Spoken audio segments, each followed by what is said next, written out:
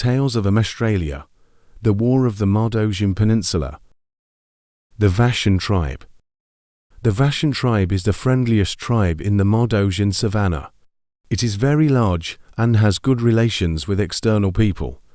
About half of all negotiations that are made between people outside the savannah with some people inside are done with the Vashanese people. The Vashan have their own language that was learned over the years by many linguists from various cities, the result of the friendship that several people over the centuries had with the Vashan.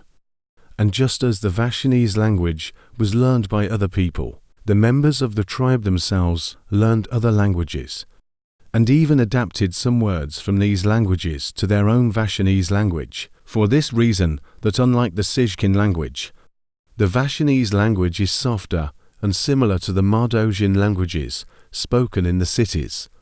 However, it has many characteristics typical of people from the north and even from the east, leading many to believe that over the centuries, many members of other cultures joined the tribe and influenced the Vashanese language, or that the origin of the tribe comes from these regions, or a little of both. The Vashan tribe, in addition to being the friendliest of the 5 tribes of the Madosian savannah, also has the distinction of having a city of their own, this being the town of Singh Shanti, Shanti being what they call the Madosian savannah, a word that can be translated as dry land, while the word Singh can be translated as strong or fortress. The story of Singh Shanti begins around 3e.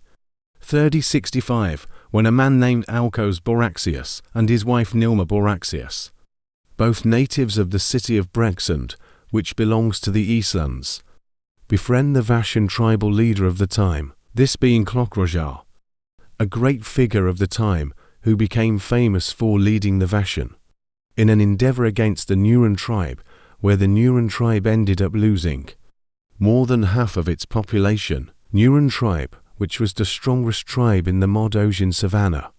Around the year 3e, 3055, Klokrajar and Alkos Boraxius met for the first time, when the company of Alkos and Nilma was traveling between the cities of Montal Aurelis and Pivitska. The story goes that initially Klokrajar tried to plunder the caravan of the Boreas company, when Alkos offered him a great treasure from his land in exchange for passage through Vashan territory. This treasure was the crimson jewel of Amandanes Cantaxius, a golden chain with 8 small rubies and a large central ruby that grants magical powers to whoever possesses it. This jewel was a Brexan treasure, dating back to the founding era of the city around the year 3e, 1660.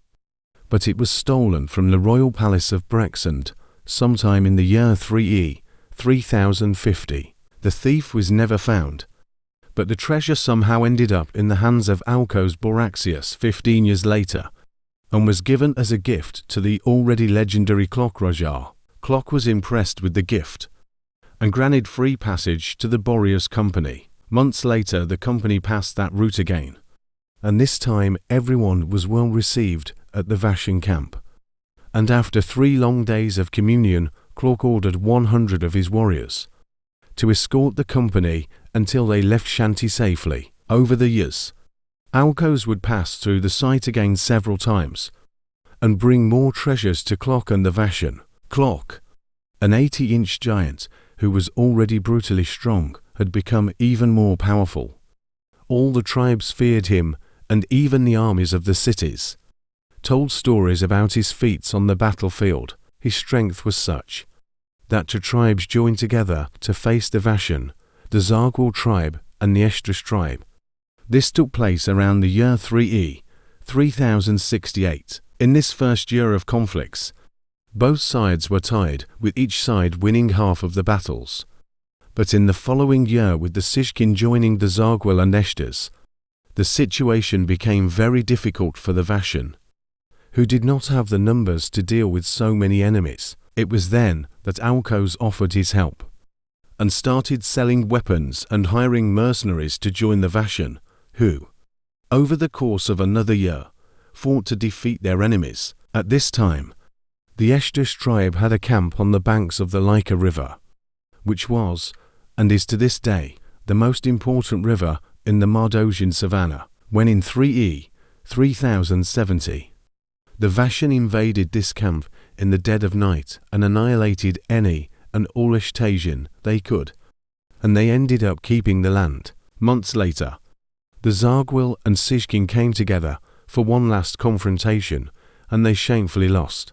Clock Raja, with the advice of Alkos and Nilma, decided to create a fixed place for his people to use as a home and as a way to earn money and support from the people of the cities. Alkos hired builders from Montal and Albanilla to build houses and erect a small wall to protect the internal population from attacks by other tribes. The place would serve as a crossing point for people going or coming from Montal Albanilla, Alamergas and Pivitska, and in order for them to have a safe place to stay. In exchange, these people would pay a price to the Vashan, who would be able to have money and weapons to maintain their territory. Singh Shanti prospered for some time, but as the Madosian savannah does not last long without major conflicts, these new wars drove away travelers who began to be commonly plundered by enemies of the Vashan, starting a cycle of ups and downs.